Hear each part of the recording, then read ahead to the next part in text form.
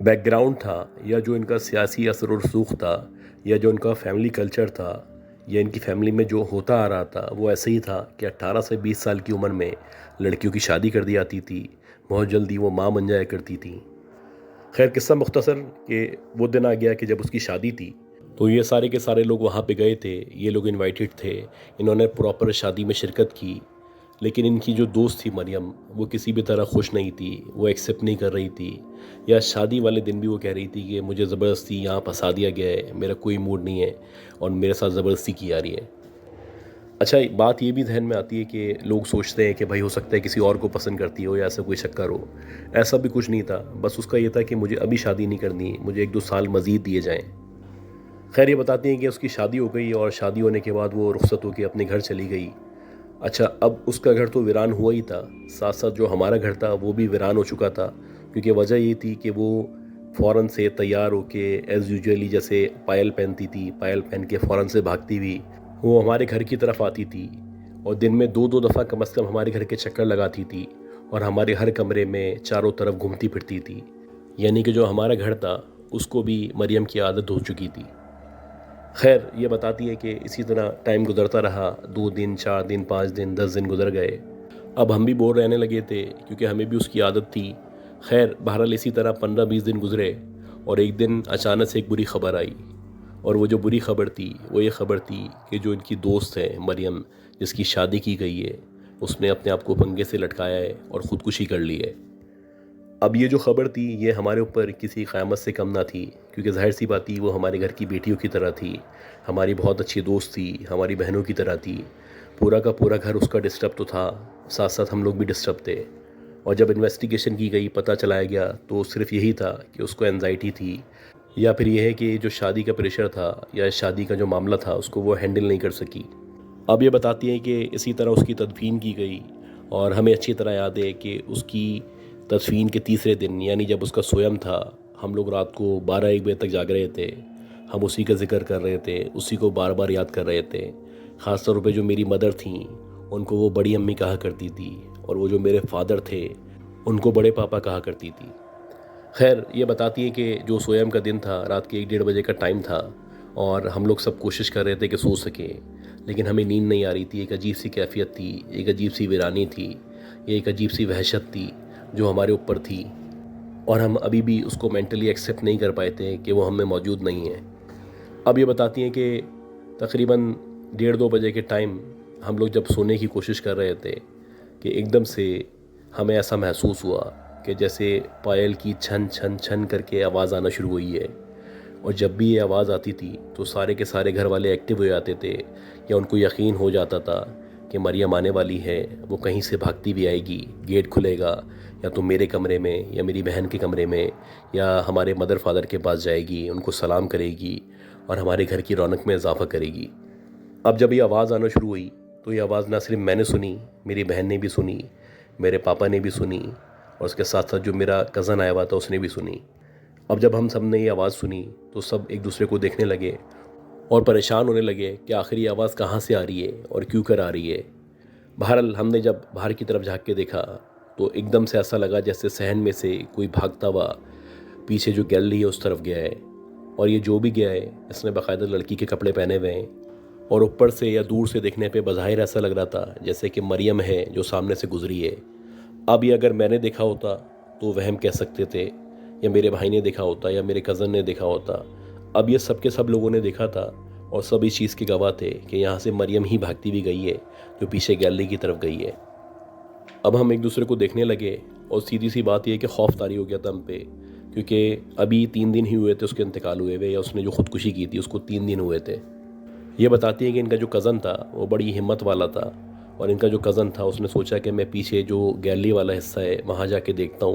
ہو سکتا ہے ہمارا وہم ہو، کوئی گاؤں کی لڑکی ہے جو اندر آ گئی ہو یا چوری کرنے کی نیت سے آ گئی ہو۔ تو وہ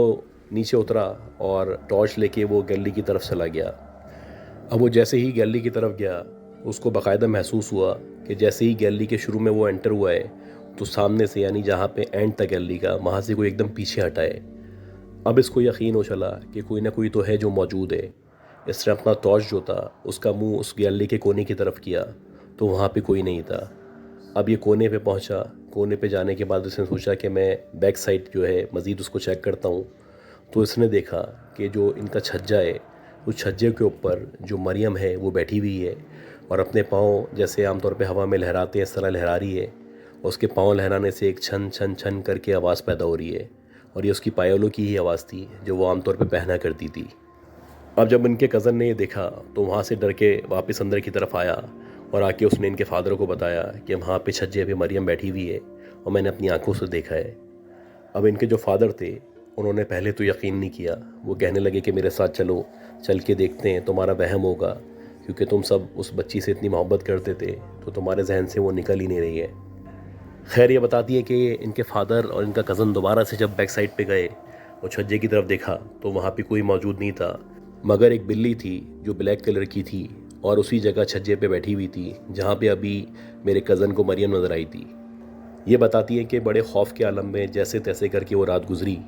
اور اگلے دن جب ہم اس کے گھر پہ گئے، یعنی مریم کا جو گھر تھا اس کے گھر پہ گئے، تو وہاں جا کے بھی ہمیں ایک عجیب سی حقیقت پتہ چلی۔ مریم کی مدر نے کہا کہ کل جو رات تھی مجھے رات میں نیند نہیں آ رہی تھی، ظاہر سی باتیں ان کی بیٹی تھی جس نے خودکشی کی تھی، یہ بڑا پریشان تھیں کہ ایک دم سے ان کو محسوس ہوا کہ ان کی مدر کا جو روم ہے اس کے گیٹ پہ کوئی آیا ہے اور پیچھے سے باقاعدہ اس کے پاؤں نظر آ رہے ہیں۔ اب جب ان کی مدر نے غور کیا تو ظاہر سی باتیں ماں ہوتی ہے، ان کی ماں نے یہی کہا کہ یہ جو قدم ہے یا یہ جو پیر نظر آ رہے ہیں یہ ان کی بیٹی کے ہی پیر ہیں، لہٰذا وہ ایک دم سے بولنے لگیں کہ میری مریم آ گئی ہے، میری مریم آ گئی ہے۔ اب یہ سن کے جو ان کے فادر تھے، یعنی جو مریم کے فادر تھے، وہ بڑا پریشان ہوئے، وہ سمجھے کہ شاید ایک ایموشنل اٹیچمنٹ تھی، اسی وجہ سے یہ بول رہی ہیں یا رو رہی ہیں یا اس طرح کا بیہیو کر رہی ہیں، اور وہ ان کو سمجھانے لگے کہ ایسا کچھ نہیں ہے، وہ اللہ تعالیٰ کے پاس چلی گئی ہے، ایسی باتیں نہیں کرو، اس کو تکلیف ہوگی۔ خیر یہ بتاتی ہیں کہ جب ان کے فادر ان کو سمجھا رہے تھے کہ اسی دورانیے میں ان کے فادر کو بھی محسوس ہوا جیسے کہ ایک دم سے چھن چھن چھن کر کے آواز آنا شروع ہوئی ہے، اور ان کے فادر نے بھی جب اس کو فالو کیا تو وہ یہ بتاتے ہیں کہ انہوں نے دیکھا کہ مریم ہے جو ایک دم سے اسٹیئرس پہ چڑھتی ہوئی اوپر کی طرف گئی ہے، اور وہ ان کو دیکھ کے مسکرا بھی رہی تھی۔ اب یہ بتاتی ہیں کہ جو اس طرح کے واقعات تھے وہ مسلسل ہونا شروع ہو گئے تھے، اسی طرح تقریباً ہمیں 10 دن ہو چکے تھے، اور تقریباً 4 یا 5 لوگوں نے مریم کو اپنی آنکھوں سے دیکھ لیا تھا کہ وہ رات کو 1 یا 2 بجے کے بعد آیا کرتی تھی۔ خیر یہ بتاتی ہے کہ اب ان کے پیپر قریب تھے تو یہ پیپر کی تیاری کر رہی تھی، تو اسی دورانیے میں رات کے تقریباً 2:30 یا 3 بجے کا ٹائم تھا، اور ان کی پڑھائی مکمل ہونے والی تھی۔ یہ سوچ رہی تھی کہ جیسے ہی میری پڑھائی مکمل ہوگی میں سونے کے لیے لیٹ جاؤں گی، کیونکہ صبح ان کو کالج بھی آنا تھا۔ یہ بتاتی ہیں کہ ایک دم سے مجھے آواز آنا شروع ہوئی جیسے کہ کوئی چھن چھن چھن کرتا ہوا ان کی طرف آ رہا ہے یا ان کے کمرے کی طرف آ رہا ہے۔ اب جیسے ہی مجھے یہ آواز آئی تو یہ جو ایکسپیرینسز ہم سب فیل کر رہے تھے تو مجھے پتا تھا یقیناً یہ مریم کی ہی آواز ہے، یہ اس کی پائل کی آواز ہے، یہ اسی کا انداز تھا جب بھی وہ چلتی بھی آتی تھی یا ایسے بھاگتی بھی آتی تھی تو ایسے چھن چھن چھن کر کے آواز آیا کرتی تھی۔ خیر یہ بہت بری طرح ڈر چکی تھی، انہوں نے آیت الکرسی پڑھنا شروع کی، اور جیسے ہی آیت الکرسی پڑھی انہوں نے اپنے چاروں طرف حصار کیا، یعنی وہ جو کمرہ تھا جہاں پہ یہ موجود تھیں وہاں حصار کر دیا۔ اب یہ بتاتی ہیں جیسے ہی میں نے حصار کیا تو وہ جو آواز تھی وہ میرے گیٹ کے باہر کی طرف آ کے رک گئی، اور باقاعدہ گیٹ کو نوک کرنے لگی اور مجھے کہنے لگی، ثنا کیا تم مجھے اندر آنے نہیں دو گی؟ میں تمہاری دوست ہوں، تمہاری مریم ہوں اور تم سے ملنے آئی ہوں۔ اب یہ بتاتی ہیں کہ جب اس نے یہ کہا تو ایسا لگا میری جان نکل جائے گی، میرے اوپر شدید خوف طاری تھا، میں مسلسل آیت الکرسی پڑھ رہی تھی کیونکہ مجھے پتا تھا کہ مرنے کے بعد کوئی بھی انسان واپس نہیں آ سکتا، اور یہ جو بھی آ رہا ہے وہ میری دوست کا روپ لے کے آ رہا ہے، یقیناً یہ کوئی شیطان ہے یا جن ہے یا قارین جسے کہتے ہیں وہ ہے۔ بہرحال میں مسلسل آیت الکرسی پڑھتی رہی اور وہ مجھے مسلسل باہر سے آواز دیتی رہی کہ تم اپنی دوست کو اندر آنے نہیں دو گی، مجھے تمہارے ساتھ بیٹھنا ہے، تم سے باتیں کرنی ہیں۔ یہ بتاتی ہیں کہ جیسے تیسے کر کے وہ رات گزری، صبح میں نے اپنے فادر کو بتایا کہ میرے ساتھ ایسا ہوا تھا اور میں بہت بری طرح ڈر چکی ہوں، اب اس کا کوئی نہ کوئی آپ کو حل نکالنا پڑے گا۔ خیر یہ بتاتی ہے جو قریبی مسجد تھی وہاں کے ایک پیش امام تھے، ان سے ہم لوگوں نے رابطہ کیا اور ان کو لے کے آئے، ہمارا جو پورا بنگلہ تھا یا کوٹھی تھی وہ پوری انہوں نے چیک کی، اس کے بعد جہاں وہ رہا کرتی تھی وہ کوٹھی چیک کی، اور انہوں نے یہی کہا کہ یہ یقیناً جو بھی معاملہ ہے یہ بڑا اسٹرین معاملہ ہے، ایک تو اس بچی نے خودکشی کی تھی، دوسری چیز یہ ہے کہ جو واقعات آپ کے ساتھ ہو رہے ہیں یہ نارمل نہیں ہیں، لہٰذا بہتر یہ ہے کہ آپ یہاں پہ دم درود کروائیں، حصار کروائیں۔ میں آپ لوگوں کو کچھ اسٹیل کی کیلیں دے رہا ہوں، یہ آپ لوگوں نے ہر کمرے کے گیٹ کے باہر لگانی ہے، دیواروں کے کونے میں لگانی ہے، اور خاص طور پہ جہاں سے گھر شروع ہوتے ہیں وہاں پہ چوکھٹ پہ لازمی لگانی ہے۔ اس کے بعد میں آپ کو کچھ تعویذات دے رہا ہوں، یہ آپ کو جو ہے گلے میں پہننے ہیں۔ اب یہ بتاتی ہیں کہ جیسا جیسا انہوں نے کہا تھا ویسا ویسا ہم نے کرنا شروع کیا، اور آہستہ آہستہ کر کے جو ہر روز کی بنیاد پہ مریم آ جاتی تھی، یا اس کی مدرو تھی یا اس کی روح تھی جو بھی ہمارے سامنے آیا کرتی تھی، وہ آہستہ آہستہ کر کے آنا کم کیا اس نے، اس کے بعد فائنلی آنا ختم کر دیا۔ یہ بتاتی ہیں کہ ان کی زندگی کا ایک کتنا اسٹرینج واقعہ ہے جس سے آج بھی اوور کم نہیں کر سکی۔ جب بھی ان کو یہ سب یاد آنے لگتا ہے تو ایسا لگتا ہے یہ کل کی سی بات ہے اور یہ ابھی کچھ ہوا تھا، اور پھر ان کو ڈر لگنے لگتا ہے کہ ایک دم سے شاید مریم ان کے سامنے آ جائے گی، یا ویسے ہی چھن چھن چھن کرتی ہوئی، پائل پہنتی ہوئی، بھاگتی ہوئی ان کے قریب سے گزرے گی، یا ان کے کمرے کے باہر آ کے کھڑی ہو جائے گی۔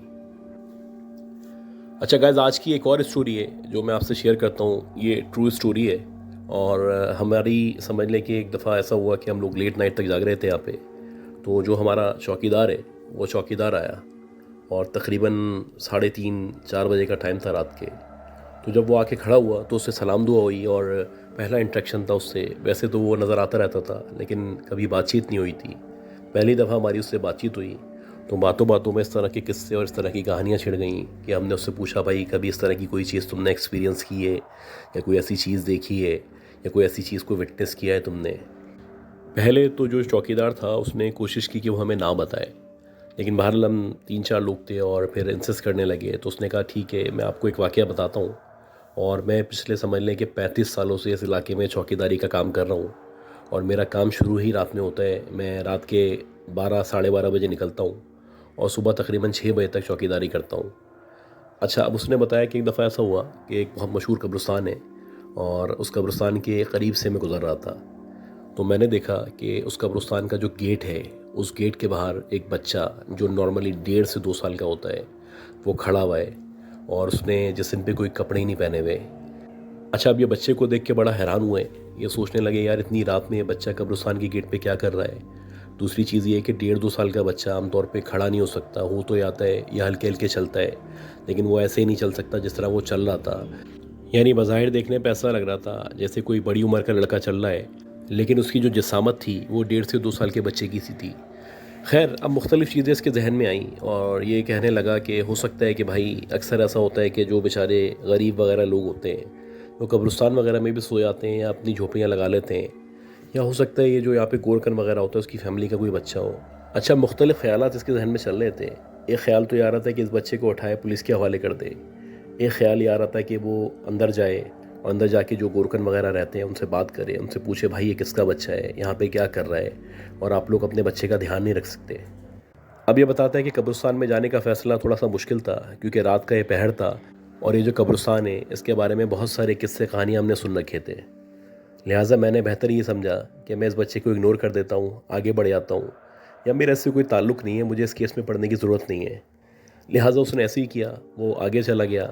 اب یہ ایک سائیکل کے اوپر موجود تھا، نارملی چوکیدار وغیرہ جو ہوتے ہیں وہ سائیکل پہ گھوما کرتے ہیں یا پیدل بھی گھوم رہے ہوتے ہیں تو ان کے ساتھ ایک سائیکل ہوتی ہے۔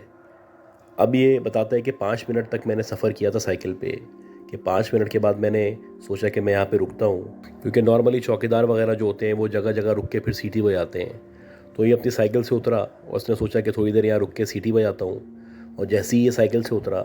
تو اس نے دیکھا کہ وہی بچہ جو پیچھے قبرستان کے گیٹ پہ کھڑا ہوا تھا وہی سامنے ایک گھر کے باہر کھڑا ہوا ہے۔ اب اس نے غور کیا تو یہ بھی ویسے ہی بچہ تھا جیسے کہ قبرستان کے باہر بچہ تھا، اس نے بھی کوئی کپڑے نہیں پہنے ہوئے تھے، یہ بھی بظاہر دیکھنے سے 1.5-2 سال کا لگ رہا تھا، لیکن یہ ویسے ہی چل رہا تھا جیسے وہ بچہ چل رہا تھا۔ اب یہ بتاتا ہے کہ اس کے دماغ نے کام کرنا چھوڑ دیا، اس نے سوچا کہ پہلے تو قبرستان کی وجہ سے میں وہاں پہ نہیں گیا تھا، اب یہ کیونکہ کسی گھر کے باہر موجود ہے تو میں ایسا کرتا ہوں کہ اس گھر کو ناک کرتا ہوں اور اس کے گھر والوں سے پوچھتا ہوں کہ یہ کون بچہ ہے۔ لہٰذا اس نے ایسے ہی کیا کہ وہ جو ڈور تھا اس کو ناک کیا، بیل بجائی۔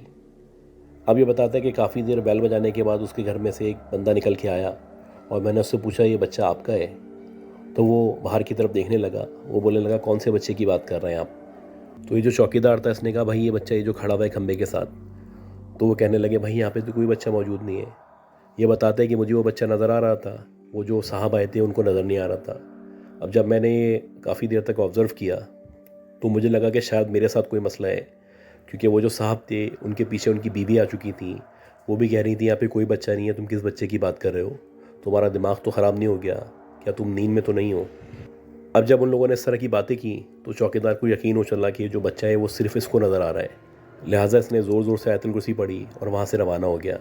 اب یہ بتاتا ہے کہ اس کے بعد بھی مجھے 2-4 دن تک وہ بچہ نظر آتا رہا، لیکن جیسے ہی مجھے وہ بچہ نظر آنا شروع ہوتا تھا میں مسلسل آیت الکرسی پڑھنا شروع کر دیتا تھا، یا چاروں آخر کے جو کل ہیں وہ 3 دفعہ پڑھ کے اپنے پر پھونک لیا کرتا تھا۔ یہ بتاتا ہے کہ اللہ کا شکر ہے کہ اس کے بعد سے 15-20 دن کے بعد مجھے وہ بچہ نظر آنا بند ہو گیا تھا، اور میں نے اللہ کا شکر ادا کیا۔ اور جب بھی اس قبرستان کے باہر سے میں گزرتا ہوں تو کوشش کرتا ہوں جلدی سے گزر جاؤں اور آیت الکرسی پڑھتے ہوئے گزروں۔